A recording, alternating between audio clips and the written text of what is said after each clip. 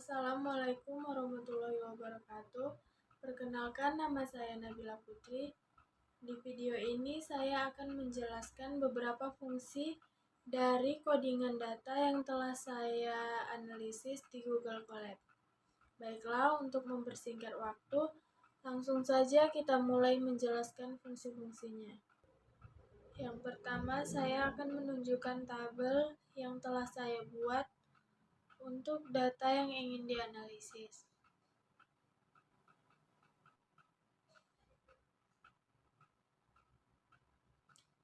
Di sini ada beberapa kolom yang berisi nomor, nama produk, stok awal, terjual, harga per kotak, dan keterangan, serta 14 data yang sudah diinput.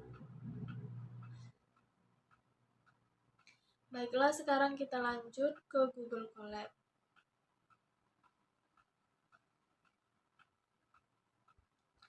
Pada baris pertama, ini berfungsi untuk mengolah data dalam bentuk tabel, atau seperti Excel, bisa membaca, menulis, dan mengedit.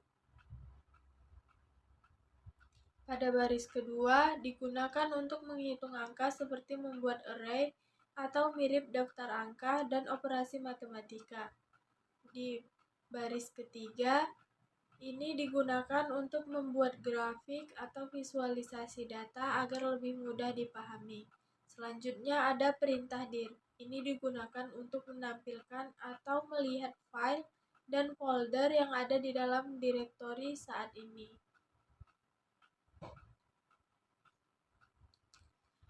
Dan kode selanjutnya digunakan untuk membaca file CSV dan menampilkan 5 baris pertama datanya menggunakan pandas.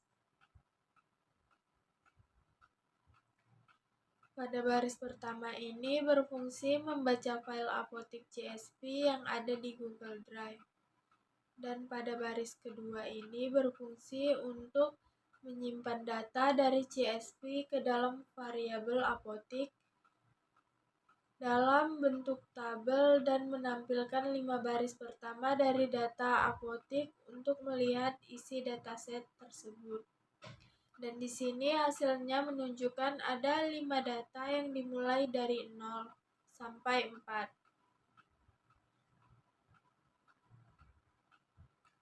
Dan kode ini berfungsi memberikan gambar umum mengenai dataset yang saya miliki, seperti ukuran dan struktur data. Kode selanjutnya digunakan untuk membuat diagram batang untuk menunjukkan jumlah kemunculan setiap kategori dalam kolom keterangan di data set apotik.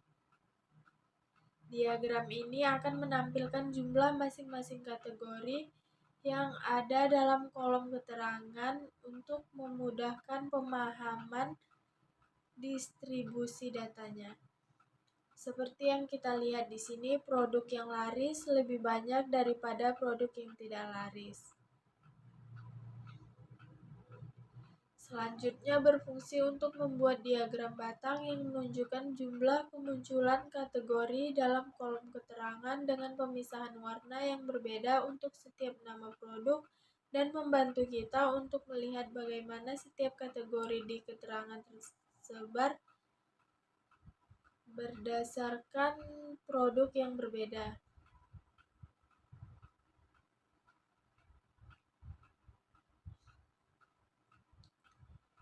Dan untuk kode ini digunakan untuk menghitung jumlah nilai yang hilang atau nol di setiap kolom dan dataset apotik. Selanjutnya kode ini berfungsi membuat heatmap yang menunjukkan lokasi nilai nol dataset apotik.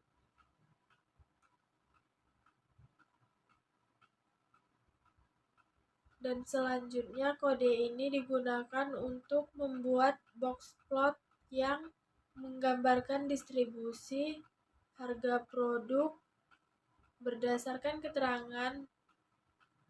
Box plot ini membantu untuk melihat distribusi harga produk di setiap kategori keterangan, termasuk apakah ada harga yang jauh berbeda dari yang lain.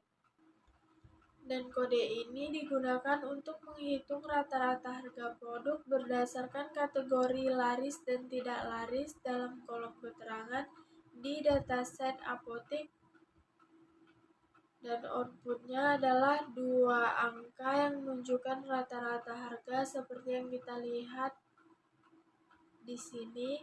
Rata-rata harga produk laris Rp47 dan harga produk tidak larisnya Rp47. Selanjutnya, kode ini digunakan untuk mengisi nilai 0 pada kolom terjual berdasarkan kategori yang ada di kolom keterangan dalam dataset apotik. Kode ini membantu mengisi nilai terjual yang hilang dan nilai yang sesuai berdasarkan kategori keterangan. Oke, lanjut pada kode yang baris pertama. Ini berfungsi untuk menghapus semua baris yang memiliki nilai 0 atau kosong di dataset apotik, dan yang kedua itu berfungsi untuk mengecek kembali apakah masih ada nilai 0 di setiap kolom setelah baris yang memiliki nilai 0 dihapus, dan yang baris ketiga ini berfungsi untuk menampilkan 3 baris pertama dari dataset apotik setelah perubahan dilakukan. Dan kode yang selanjutnya berfungsi untuk mengubah kolom keterangan yang berisi kategori laris dan tidak laris menjadi beberapa kolom baru di mana setiap kategori akan diwakili oleh false atau true, seperti hasil yang kita lihat ini.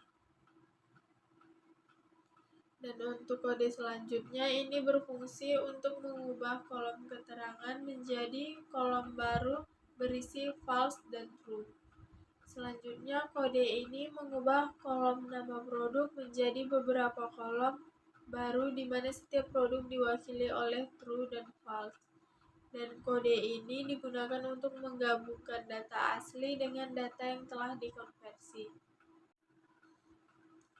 Untuk kode ini digunakan untuk menghapus kolom nama produk dan harga per kotak dari dataset apotik. Seperti hasil yang kita lihat di sini, sudah tidak ada lagi nama produk dan harga per kotak. Dataset apotik hanya berisi data yang sudah berisi diproses tanpa kolom kategori yang tidak dibutuhkan. Selanjutnya, kode ini digunakan untuk memisahkan fitur X dan target Y dalam dataset apotik. Lalu, kode ini digunakan untuk melatih model yang bisa memprediksi apakah suatu produk akan laris atau tidak laris berdasarkan data yang ada. Dan kode ini digunakan untuk menunjukkan model dan melihat seberapa akurat model dalam memprediksi apakah suatu produk laris atau tidak laris. Dan terakhir, kode ini digunakan untuk mengukur akurasi model, yaitu seberapa sering model membuat prediksi yang benar.